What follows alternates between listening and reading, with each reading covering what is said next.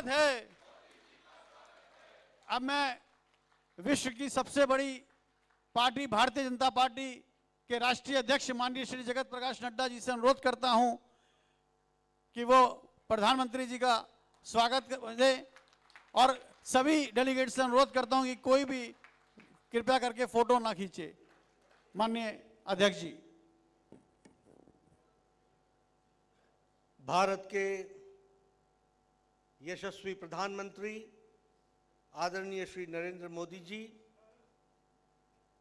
हरियाणा प्रदेश के मुख्यमंत्री मनोहर लाल खट्टर जी, हरियाणा प्रदेश के अध्यक्ष श्री ओम प्रकाश धनखड़ जी, सभी पदाधिकारीगण और उत्तर भारत के क्षेत्र से आए हुए सभी जिला परिषद के अध्यक्ष और उपाध्यक्ष सज्जन वृंद, ये हम सबका परम सौभाग्य है कि आज इस क्षेत्रीय पंचायती राज परिषद में हम सबको भारत के यशस्वी प्रधानमंत्री आदरणीय श्री मोदी जी का मार्गदर्शन मिलने वाला है।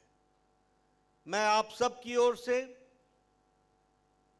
प्रधानमंत्री मोदी जी का इस क्षेत्रीय पंचायती राज परिषद में आने पर उनका तहे दिल से हार्दिक अभिनंदन करता हूं और स्वागत करता हूं।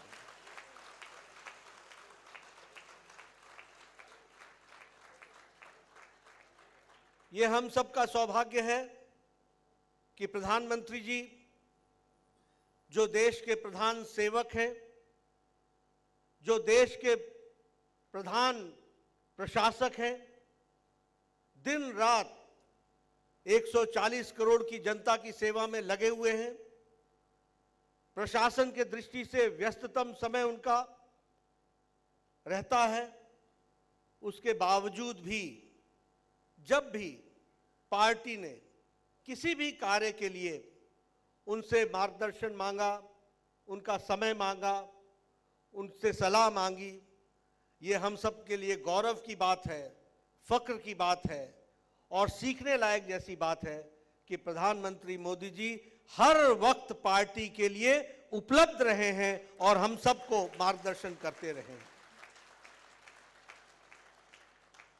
इस क्षेत्रीय परिषद के पंचायती राज परिषद के बैठक के लिए भी और उसमें उनका उद्घाटन भाषण हो, उनका मार्गदर्शन मिले, ऐसा जब हमने निवेदन किया और बहुत ही सकुचाते हुए ये कहा कि इस प्रकार के 3 परिषदें होंगी और हमारा निवेदन है कि आप सभी में उपस्थित रहेंगे तो अच्छा रहेगा।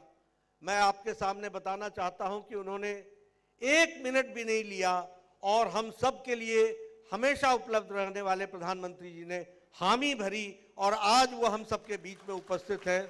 उनका हार्दिक अभिनंदन और स्वागत।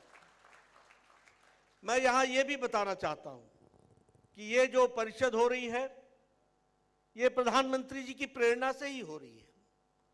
उनके द्वारा, उनके सूझबूझ से उन्होंने मुझे लगभग 2 महीने पहले कहा कि हमारे बीच में जो हमारे जिला परिषद के सदस्य हैं, जिला परिषद के अध्यक्ष हैं, जिला परिषद के उपाध्यक्ष हैं, हमारे मेयर्स हैं, हमारे डिप्टी मेयर्स हैं, हमारे नगर परिषद के अध्यक्ष हैं, इन सब की कहीं ना कहीं सेंसिटाइजेशन, उनकी ट्रेनिंग यह होनी आवश्यक है और इसलिए पार्टी को अपने तौर पर इसको आगे बढ़ाना चाहिए। मैं प्रधानमंत्री जी को बताना चाहूँगा कि आपके बताए रास्ते पर हम लोगों ने एक बहुत ही वृहत योजना बनाई। पिछले साल देश भर के सभी मेयर्स की ट्रेनिंग हुई और उनकी जानकारियां दी गई और इस वर्ष हम लोगों ने 3 ग्रुप्स में, एक ग्रुप जिसमें उत्तर भारत के सभी राज्य आ रहे हैं, आज यहाँ 7-8 अगस्त को, और इसमें 182 हमारे प्रतिनिधि भाग ले रहे हैं। उसी तरीके से 12-13 अगस्त को हावड़ा में, वेस्ट बंगाल में यह करने का तय किया है और वहाँ भी 134 हमारे डेलीगेट्स आएंगे और उत्तर भारत, पूर्वी भारत और नॉर्थ ईस्ट, इनके प्रदेश के जो हमारे जिला परिषद के अध्यक्ष हैं उनका वहां पर उनकी परिषद होगी। और उसी तरीके से हमारे तीसरा जो सम्मेलन परिषद होगी वह पश्चिम, मध्य और हमारे दक्षिण क्षेत्र के लोगों की होगी और उसमें भी बड़ी संख्या हाजिर रहने वाली है और उनका ट्रेनिंग होगी।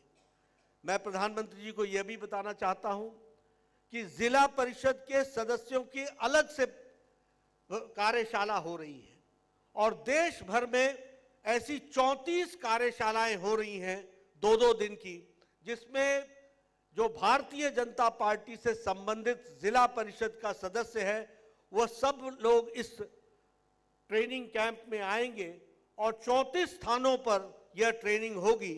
और मैं यह भी बताना चाहता हूं कि 15 ऐसे कार्यशालाएं पूरी हो चुकी हैं और इस महीने के अंत तक 34 की 34 हो जाएंगी। तो सभी जिला परिषद के अध्यक्ष, उपाध्यक्ष और सदस्यों का इस तरीके से ट्रेनिंग का कार्यक्रम रखा है। मैं यहां यह भी बताना चाहता हूं कि प्रधानमंत्री जी आपके नेतृत्व में जिस तरीके से पंचायती राज का सबलीकरण हुआ है, उनको जो ताकत प्रदान हुई है, वह सच में हम सब लोगों को प्रेरणा भी देता है और बहुत कुछ सीखने की गुंजाइश भी देता है। इसलिए आपने जो ये परिषद को आहूत किया है, इसका लाभ हमारे अध्यक्ष और उपाध्यक्ष जरूर उठाएंगे। जब मैं सबलीकरण की बात करता हूं, जब मैं ताकत देने की बात करता हूं, तो आर्थिक दृष्टि से जितनी ताकत आपने पंचायती राज को ऑटोनॉमस तरीके से पहुंचाई है, यह कभी इतने नीचे तक नहीं पहुंची थी। यह आपके नेतृत्व में हुआ है और आज पंचायतों में और जिला परिषद में आर्थिक दृष्टि से कार्य करने के लिए बहुत बड़ी ताकत मिली है। मैं अपने समय की बात नहीं बताना चाहूंगा। हमारे समय में एक एक ब्लॉक में 2 लाख रुपए आ जाएं तो बहुत बड़ी बात समझी जाती थी। किसी पंचायत को 1 लाख रुपए साल का मिल जाए तो बहुत बड़ी बात होती थी। और जो हमारे कार्यक्रम हैं उसमें भी नीचे के स्तर पर जब कार्य करने की बारी आती थी तो उसमें कितना भ्रष्टाचार था वह भी हम सबको मालूम है। लेकिन आपने डिजिटल इंडिया का उपयोग करते हुए जेम पोर्टल का उपयोग करना हम लोग को सिखाया और इसके साथ साथ ट्रांसपेरेंसी लाई। उस ट्रांसपेरेंसी के माध्यम से आज आर्थिक दृष्टि से भी और कार्यक्रम करने की दृष्टि से भी बहुत बड़ी ताकत पंचायती राज संस्थानों को मिला है। इस बात को भी हमको ध्यान में रखना चाहिए। जो योजनाएं आपने चलाई वो सभी गांव, गरीब, वंचित, पीड़ित, शोषित, दलित, महिला, युवा सबको ताकत देने वाली थी। प्रधानमंत्री गरीब कल्याण अन्न योजना, आवास योजना, हर घर जल, ये सब, और इसके साथ साथ हमारे जो चुने हुए पंचायती राज के प्रतिनिधि हैं उनकी जिम्मेवारी भी बढ़ी है इन सब को पूरा करने के लिए। मैं आपके और प्रधानमंत्री जी के बीच में ज्यादा देर नहीं रहूंगा, लेकिन हां, बीते कल की कुछ बातें जरूर, एक बात जरूर याद दिलाना चाहूंगा। आज आप बहुत भाग्यशाली हैं कि प्रधानमंत्री जी का नेतृत्व हम सबको मिल रहा है। जब मैं 93 में एमएलए बना था तो उस समय इंदिरा आवास योजना होती थी और ब्लॉक डेवलपमेंट ऑफिसर बीडीओ मेरे पास आके कहता था कि नड्डा जी, आपको इस बार 2 पंचायतों में 1 मकान इंदिरा आवास योजना का मिला है, बताइए इसको किसको दें। मेरे लिए धर्म संकट होता था कि एक पंचायत में 2 पंचायत में 1 मकान किसको देंगे, 1 अनार 100 बीमार कैसे चलेगा। लेकिन आज मुझे खुशी है और आप भाग्यशाली हैं कि प्रधानमंत्री मोदी जी के नेतृत्व में 4 करोड़ प्रधानमंत्री आवास योजना में घर बन करके तैयार हुए हैं और वह दिए जा रहे हैं। यह पंचायतीकरण के सबलीकरण हुआ है। मित्रों, हम सब लोग समय का उपयोग करेंगे। मैं आपके और प्रधानमंत्री जी के बीच में ज्यादा समय न रहता हुआ मैं प्रधानमंत्री जी से आदरपूर्वक निवेदन करता हूं कि प्रधानमंत्री जी, आपका हम सबको मार्गदर्शन मिले और विश्वास दिलाता हूं कि आपके बताए रास्ते पर हम सब लोग चलेंगे और ताकत से भारत को मजबूत करेंगे। आदरणीय प्रधानमंत्री जी।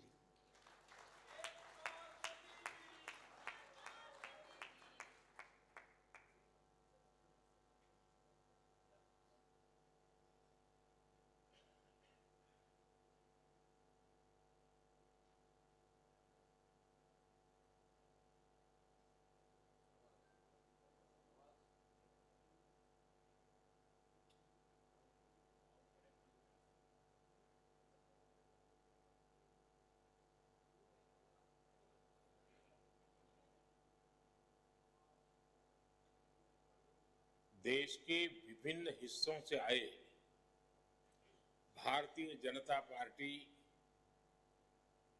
के कार्यकर्ता, जो कि इन दिनों जिला परिषदों के या जिला पंचायतों के अध्यक्ष के रूप में दायित्व संभाल रहे हैं, उपाध्यक्ष के रूप में दायित्व संभाल रहे हैं, और आज हमारे ये विशेष तो जम्मू कश्मीर से आए डीडीसी के अध्यक्ष भी हमारे बीच मौजूद है, उपाध्यक्ष भी मौजूद है।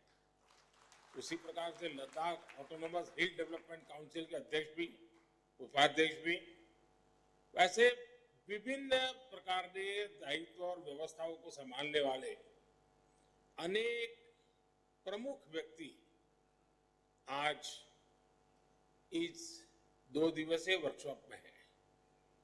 साथियों, आज देश अमृत काल के संकल्पों की सिद्धि के लिए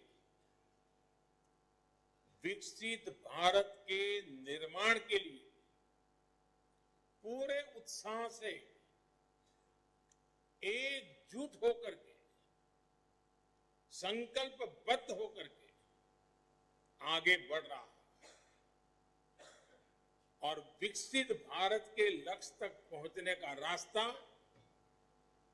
हमारे टियर 2, टियर 3 शहर हो या आधुनिक हो रहे हैं हमारे गांव हो, आज ग्रामीण भारत में छोटे छोटे कस्बों वाले हिंदुस्तान में एक नया उमंग, नया जोश दिखता है। जिला पंचायतें किसी भी सेक्टर में बड़े परिवर्तन लाने की अपार शक्ति रखती है। ऐसे में भाजपा के प्रतिनिधि के तौर पर आप सभी की भूमिका बहुत ही बड़ी हो जाती है। साथियों, अमृत काल की 25 वर्षों की यात्रा में हमें बीते दशकों के अनुभवों को भी ध्यान में रखना होगा। आजादी के बाद 4 दशक तक कांग्रेस को ये समझ ही नहीं आया था कि गांवों में पंचायती राज व्यवस्था लागू करना कितना आवश्यक है। इसके बाद जो जिला पंचायत व्यवस्था बनी भी, उसे कांग्रेस शासन में उसे अपने नसीब पर छोड़ दिया था, अपने हाल पर छोड़ दिया गया था। यानी गांव में बसने वाली देश की 2/3 आबादी के लिए अपनी सड़क, बिजली, पानी, बैंक, घर, ऐसी छोटी छोटी आवश्यकताओं के लिए जीवन की प्राथमिक सुविधाओं के लिए तरसना, यही उनकी नियत बन गई थी, नियति बन गई थी। यही वजह है कि आजादी के 7 दशक बाद भी देश के 18,000 गांवों तक बिजली नहीं पहुंच सकी थी। यही वजह है कि देश के 16 करोड़ से ज्यादा ग्रामीण घरों को नल से जल नहीं मिल सकता था। पंचायती संस्थाओं को कांग्रेस और उसके जैसी सोच वाले दलों ने अपने भ्रष्टाचार और भ्रष्ट नेताओं के एडजस्टमेंट का अड्डा बना दिया था। कांग्रेस के राज में पंचायती राज संस्थाओं को सशक्त करने के ठोस प्रयास कभी नहीं किए। ज्यादातर कार्रवाई आंकड़ों में और कागजों में ही सीमित रही और जम्मू कश्मीर तो इसका सबसे बड़ा उदाहरण है। 2019 में आर्टिकल 370 हटने के बाद वहां पहली बार ग्राम पंचायत से लेकर जिला स्तर तक के चुनाव हुए। इनमें अब वहां 33,000 से ज्यादा स्थानीय जनप्रतिनिधि निर्वाचित हुए। पहली बार वहां जमीनी स्तर पर लोकतंत्र स्थापित हुआ है। अब बताइए, आजादी के इतने सालों के बाद। साथियों, आप ये भी जानते हैं कि 2014 के बाद से भाजपा सरकार ने जिला परिषद और स्थानीय स्वराज को मजबूत करने के लिए कितना काम किया है। पंचायती राज संस्थाओं के लिए 2 लाख करोड़ रुपए से ज्यादा का प्रावधान किया गया है। ये पिछली सरकार के मुकाबले 3 गुना ज्यादा है। पिछले 9 वर्षों में देश में 30,000 से ज्यादा नए पंचायत घरों का निर्माण हुआ है। इसके अलावा अनेक क्षेत्रों में डिस्ट्रिक्ट डेवलपमेंट काउंसिल और ब्लॉक डेवलपमेंट काउंसिल के लिए नए ऑफिसों का भी निर्माण किया गया है। साथियों, विकसित भारत के लिए आपके जिले का विकसित होना भी उतना ही जरूरी है। और इसलिए जब भाजपा के जिला परिषद के नेता यहां बैठे हैं, आप सबको 2 दिन में कई विषय चर्चा में आएंगे, लेकिन आप आपस में भी बात की।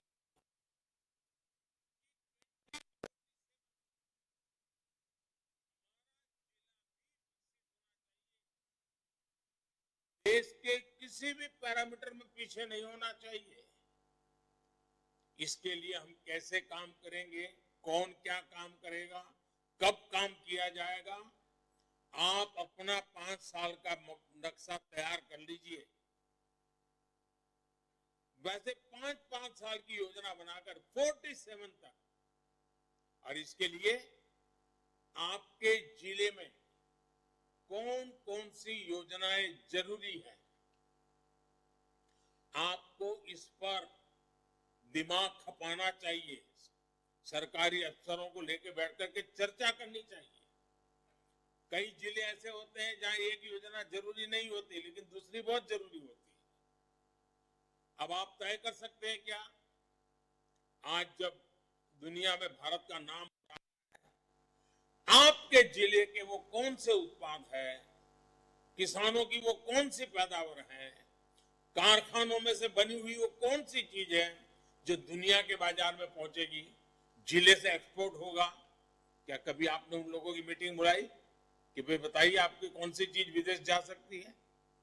आपके जिले में जीएसटी कलेक्शन, क्या कभी जिले का हिसाब लगाया कि पहले की तुलना में कितना जीएसटी कलेक्शन बढ़ा है?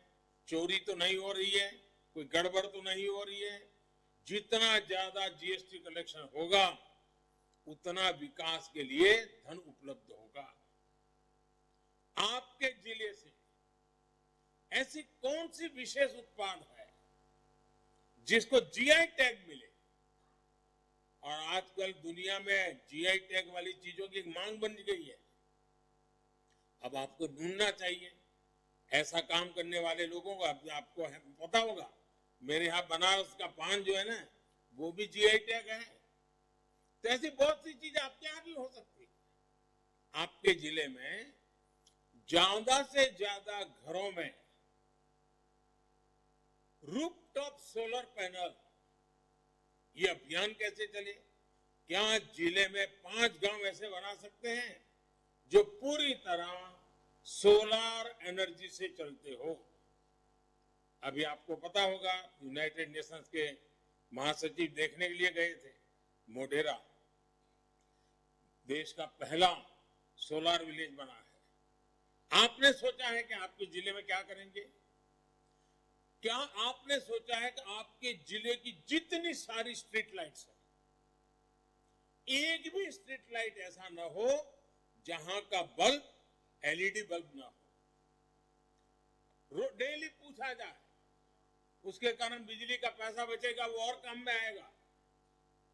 आप ये तय कीजिए, जैसे पूरे देश में चला है 1 डिस्ट्रिक्ट 1 प्रोडक्ट, आपके जिले में 1 डिस्ट्रिक्ट 1 प्रोडक्ट योजना, उसको कैसे मजबूत किया जाए, उसको कैसे विस्तार किया जाए, और जो लोग 1 डिस्ट्रिक्ट 1 प्रोडक्ट की पहचान बन रही है, आपके जिले को पूरा राज्य और पूरा देश इस प्रोडक्ट के नाते जाना जाए, ऐसा कैसे हो सकता है? उसी प्रकार से एग्रीकल्चर का भी हो सकता है कि आपके जिले में कौन सी ऐसी फसल है जिसके कारण आपका जिला पहचाना जाए। ये ताकत देता है। उसी प्रकार से देश के नौजवान बहुत तेजी से खेलकूद की दुनिया में आगे आ रहे हैं। आप तय कीजिए, आपके जिले में खेलकूद की सबसे ज्यादा महारत है, ऐसे 1 या 2 या 3 खेल कौन से? पूरी ताकत जिले में 2 या 3 खेलों पर लगाई जाए और राष्ट्रीय अंतर्राष्ट्रीय खिलाड़ी तैयार किए जाए, खेलकूद के मैदान तैयार किए जाए। आपका जिला खेलकूद में भी राज्य में पहले नंबर कैसे आए, देश में पहले नंबर कैसे आए, ये नेतृत्व आपको देना होगा। ज्यादा से ज्यादा खेलकूद की स्पर्धाएं होनी चाहिए, खेल के मैदान भरे हुए होने चाहिए। देश के नौजवानों को, अभी मैं मध्य प्रदेश गया था, शहडोल आदिवासी क्षेत्र है, एक छोटा सा इलाका, 1000 से ज्यादा वहां फुटबॉल की टीमें हैं, 1000 से ज्यादा फुटबॉल क्लब है, और उसका परिणाम ये आया है कि उस इलाके में नशे वगैरह जैसी बदियां, बुरी बुरी चीजें प्रवेश नहीं कर पाई है। साथियों, ऐसे अनेक विषय हैं जिस पर आप लोग चर्चा कर सकते हैं, टारगेट तय कर सकते हैं, हर महीना उसका रिपोर्टिंग ले सकते हैं। और साथियों, जनता जनार्दन ईश्वर का रूप होती है। हमको कहीं पर भी काम करने का जनता ने अवसर दिया, मतलब जी जान से जुटना ही है, परमात्मा की सेवा करने जैसा काम है। साथियों, आपके पास एक जिला पंचायत डेवलपमेंट प्लान भी होना चाहिए। इसमें आप तय समय में अपने लक्ष्यों को हासिल करने का रोडमैप बना सकते हैं। साथियों, भाजपा के प्रतिनिधि के तौर पर आपको पंचायत व्यवस्था का लाभ समाज की आखिरी पंक्ति में खड़े आखिरी व्यक्ति तक पहुंचाना है। और मैं आप जिला के नेताओं से आग्रह करूंगा, आप सप्ताह में 2 रात अपने क्षेत्र के किसी न किसी छोटे स्थान पर जाकर के रात को रुकना चाहिए, वहां के लोगों के साथ बैठना चाहिए। सप्ताह में 2 दिन ये कोई बहुत मुश्किल काम नहीं है, आप ये कर सकते हैं। कहीं गांव गए, रात को वापस आ गए, ऐसा नहीं, वहां रुकना मतलब रुकना है। आप देखिए, इतने से ही फर्क शुरू हो जाएगा। आप जानते हैं कि आज केंद्र सरकार हर योजना के 100% सैचुरेशन का लक्ष्य लेकर चल रही है, और ये तभी संभव है जब गांव-गांव में हम इस लक्ष्य को हासिल करें, और जब हम 100% सभी हितकारी को 100% लाभ पहुंचाने में सफल होते हैं, तो जातिवाद भी नहीं रहता है, परिवारवाद भी नहीं रहता है, मेरा तेरा भी नहीं रहता है, भ्रष्टाचार के लिए जगह नहीं रहती है, सच्चे अर्थ में सामाजिक न्याय होता है, सच्चे अर्थ में सेक्युलरिज्म होता है। और इसलिए 100% ये हमारा लक्ष्य रहना चाहिए। पिछले 9 वर्षों में किसानों के लिए बीज से बाजार तक ऐसी व्यवस्था का निर्माण किया गया है जिससे खेती की लागत कम हो और आय बढ़े। अप्राकृतिक खेती, इस पर बड़ा बल दिया जा रहा है। पीएम किसान सम्मान निधि के तहत ये आंकड़ा भी बहुत बड़ा है और ये मोदी की गारंटी है। देखिए कैसे काम होता है। 2019 में जब मैंने शुरू किया तो लोग कहते हैं तो चुनाव है जो कर रहे हैं। मोदी की गारंटी चुनावी वादे नहीं होती है। मोदी जब गारंटी देता है तो उसको जमीन पे उतार के रहता है। प्रधानमंत्री किसान सम्मान निधि के तहत 2,60,000 करोड़ रुपए किसानों के खाते में सीधे जमा कराए जा चुके हैं। ये आंकड़ा याद रखना, 2,60,000 करोड़। आप कल्पना कर सकते हैं हमारे किसानों को जो यूरिया 300 रुपये से कम में मिल रही है, लेकिन आपको पता है दरअसल उसकी कीमत क्या है? सारा खर्च सरकार अपने कंधों पर उठाती है, किसान के कंधे पर नहीं जाने देती है।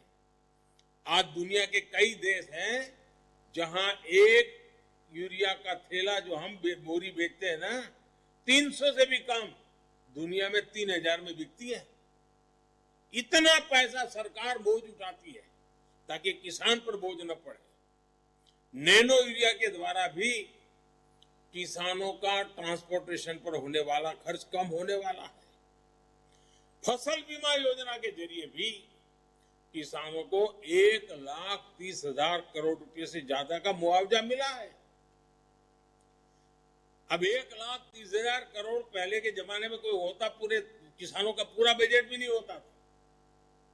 अभी कुछ दिन पहले ही मैंने किसानों के लिए वन स्टॉप सेंटर के रूप में 1,25,000 पूरे देश में 1,25,000 प्रधानमंत्री किसान समृद्धि केंद्र देश को समर्पित किए हैं। आपके जिले में भी सैकड़ों ऐसे केंद्र बने हैं। कभी जाइए वहां, उस केंद्र में जाके आधा घंटा बैठिए।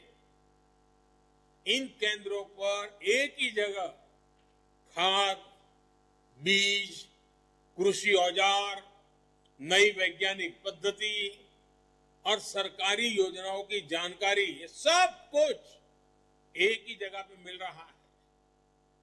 केंद्र सरकार के ये सारे प्रयास किसानों का जीवन आसान बनाने, उनकी आय बढ़ाने में बहुत मददगार साबित हो रहे हैं। आपको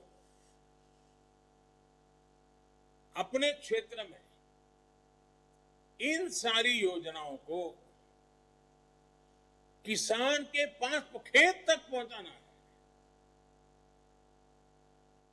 सरकारी दफ्तरों में योजनाएं नहीं रहनी चाहिए, किसान के खेत तक पहुंचनी चाहिए, किसान के घर तक पहुंचनी चाहिए। लक्ष्य यही रखना है कि आपके क्षेत्र का एक भी किसान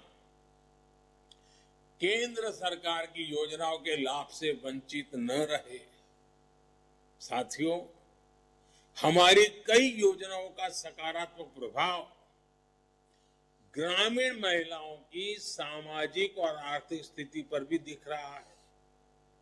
पिछले 9 वर्षों में जन धन योजना के तहत करीब 50 करोड़ लोगों के बैंक खाते खोले गए।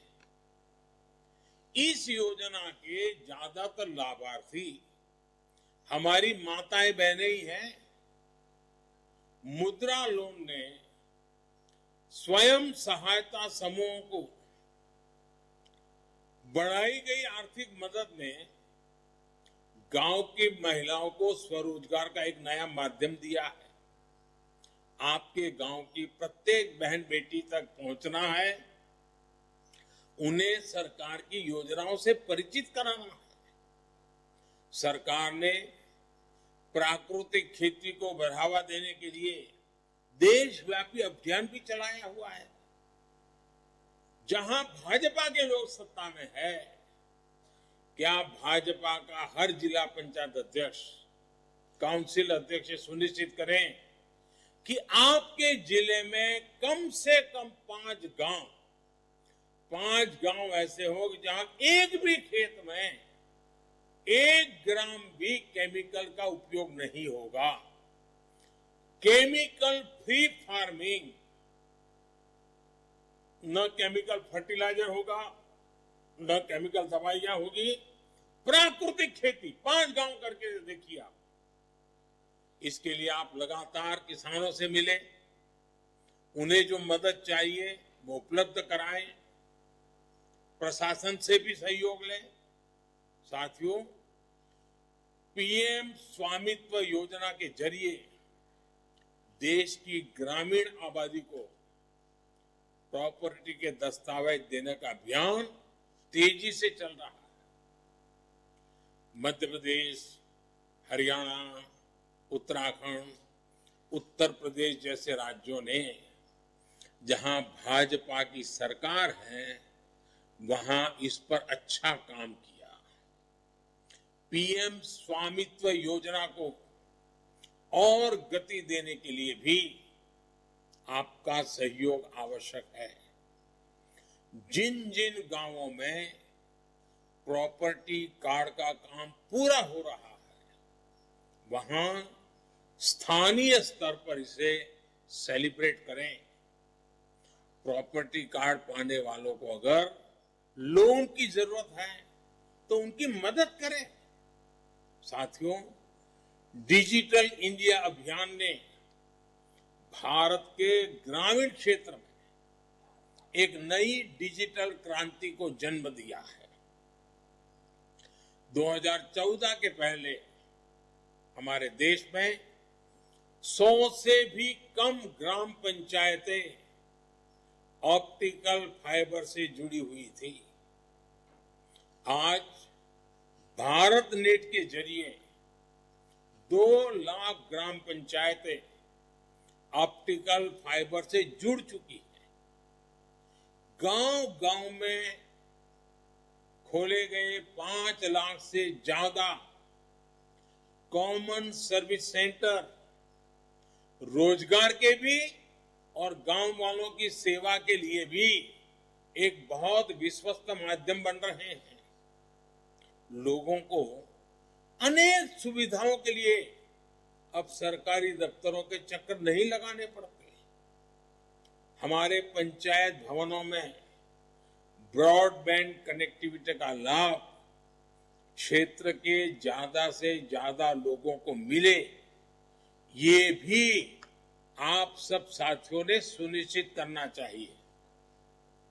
साथियों, आप ये भी जानते हैं, देश में 50 करोड़ से ज्यादा लोग आयुष्मान भारत योजना से जुड़ चुके हैं। इस योजना के ज्यादातर लाभार्थी देश के ग्रामीण इलाकों में है। मेरा आपसे आग्रह है, आप दिवाली के पहले तय कीजिए कि 5-5, 10-10 गांवों का समूह वहां आयुष्मान भारत कार्ड जिनको मिला है, जिन्होंने आयुष्मान कार्ड भारत का बेनिफिट लिया है, उनके सम्मेलन कीजिए और वो खुद बताएं कैसे उसको मदद मिली है, कैसे उसकी जिंदगी बच गई है। और आगे ये देखिए कि जो लोग छूट गए हैं, जो हितकारी है, अधिकारी है इसके, लेकिन छूट गए हैं, उनको पहुंचा करके ये सैचुरेशन का काम पूरा करना चाहिए। बहुत बड़ा मानवता का काम है। आपके क्षेत्र में जो हेल्थ और वेलनेस सेंटर बना रहे हैं, उन्हें भी सुचारू रूप से चलाने में प्रशासन का सहयोग करें। इसी तरह आपको अपने जिलों में टेलीमेडिसिन केंद्र स्थापित करने में भी सक्रियता से काम करना चाहिए। पिछले 2 साल में भारत सरकार की ई संजीवनी योजना की मदद से 14 करोड़ से ज्यादा बार लोग डॉक्टरों से कंसल्ट कर चुके हैं। भाजपा के हर जिला पंचायत सदस्य को अभियान चलाकर अपने क्षेत्र के हर गांव के हर घर तक ई संजीवनी योजना की जानकारी पहुंचानी चाहिए, ताकि उसको अच्छे से अच्छे डॉक्टर से सलाह मिल सकती है। आप कैंप लगाएं, आपके क्षेत्र में जो मेले होते हैं, बड़े पर्वों का आयोजन होता है, उसमें भी ई संजीवनी योजना का प्रचार प्रसार करें। साथियों, आज हजारों पैक्स के जरिए किसानों को ग्रामीण अर्थव्यवस्था को ताकत देने के लिए सहकारी समितियों को मजबूत किया जा रहा है। अगले 5 साल में 2 लाख गांवों में मल्टीपर्पज पैक्स,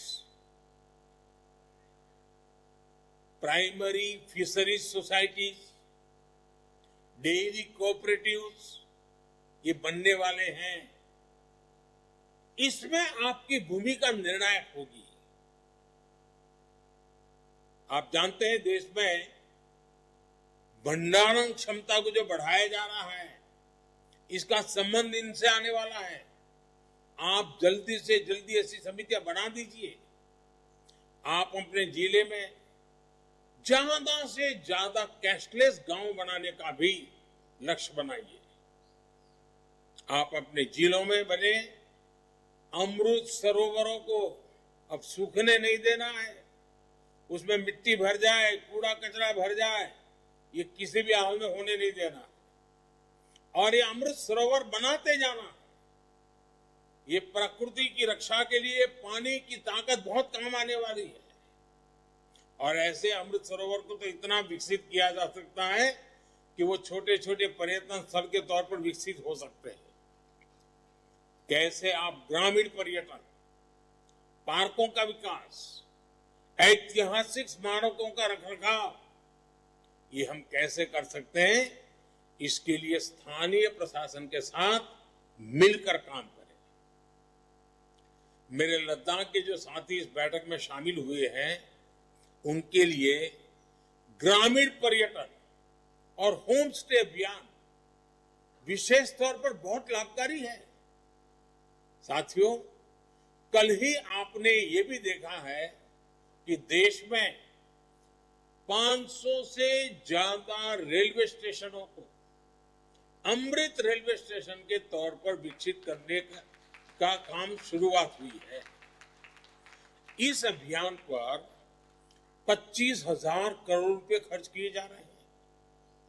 आप भी अपने क्षेत्र में इस अभियान को गांव-गांव लेकर जाइए। आप अपने जिले में रेलवे स्टेशनों के स्थापना दिवस पर भी समारोह आयोजित कर सकते हैं। जरा जानकारी लीजिए, कौन सा रेलवे स्टेशन कब बना था, कब से ट्रेनें आने लगी है, उसको सेलिब्रेट करना चाहिए। तो उसके साफ सफाई में गांव वाले भी जुड़ेंगे। आपके बस स्टेशन होंगे, वो भी अब साफ सुथरे क्यों ना हो। ये जितना ज्यादा आप करोगे, मैं समझता हूं बहुत लाभ होगा। इससे इतिहास और भविष्य दोनों के साथ आपके क्षेत्र के लोगों का तालमेल बना रहेगा। साथियों, आज का दिन स्वतंत्रता संग्राम के इतिहास में काफी अहम दिन रहा है। आज ही स्वदेशी आंदोलन की शुरुआत हुई थी। भाजपा के हर पंचायत सदस्य को लोकल के लिए वोकल होना है, स्थानीय उत्पादों को बढ़ावा देना है। अब जैम पोर्टल आपको मालूम है, मैं तो चाहता हूं कि आपके जिला परिषद में हर चीज जैम पोर्टल से ही खरीदी जाए। आपके अफसरों को काम पे लगाइए, बहुत पैसा बचेगा, भ्रष्टाचार खत्म होगा और डिलीवरी तुरंत होगी और स्थानीय उत्पाद मिलेगा। अब जैसे आज नेशनल हैंडलूम डे है, अब देखिए आने वाले दिनों में रक्षाबंधन आएगा, गणेश उत्सव आएगा, दीपावली आएगी। इन पर्वों में हमें स्वदेशी के संकल्प को याद रखना है, भारत में बने उत्पादों को ही खरीदना है। साथियों, एक दिन बाद ही 9 अगस्त है और ये दिन क्विट इंडिया मूवमेंट के लिए याद किया जाता है। गांधी जी के आह्वान पर क्विट इंडिया मूवमेंट शुरू हुआ और पूरा देश अंग्रेजों को बाहर खदेड़ने के लिए उठ खड़ा हुआ। इसी तरह हमें भी इस 9 अगस्त को क्विट इंडिया मूवमेंट को समर्पित आंदोलन प्रारंभ करना है। पूरे देश में से एक ही आवाज उठनी चाहिए, करप्शन क्विट इंडिया। हर बच्चा एक ही बात बोले, डायनेस्टी क्विट इंडिया। माताएं, बहनें, बच्चे हो, बुजुर्ग हो, गांव हो, शहर हो, चारों तरफ अब एक ही बात चाहिए, अपीजमेंट क्विट इंडिया। साथियों, आपको याद होगा पिछली बार 15 अगस्त पर पूरे देश ने हर घर तिरंगा अभियान चलाया था। इस बार भी हमें हर घर तिरंगा फहराना है। आपकी पंचायत में, आपके क्षेत्र में भी हर घर पर तिरंगा फहरे। इसके लिए आपको, आपकी टीम को सरकार के सभी विभागों ने मिलजुल करके आने वाले 4-6 दिन पूरी ताकत लगा देनी चाहिए। साथियों, आपको विनम्र रहकर संगठन के लोगों से, कार्यकर्ताओं से समन्वय बनाकर रहने का क्या लाभ होता है, ये भली भांति पता है और आप करते भी हैं। मुझे उपदेश देने की जरूरत नहीं है। आप यहां तक पहुंचे हैं, सफल हुए, उसका कारण यही है कि आपने संगठन का महत्व रखा है, आपने कार्यकर्ताओं की महत्ता समझी है और कार्यकर्ता और संगठन हमारी शक्ति है। हमारी योजनाओं को नीचे ले जाने के लिए काम आते हैं।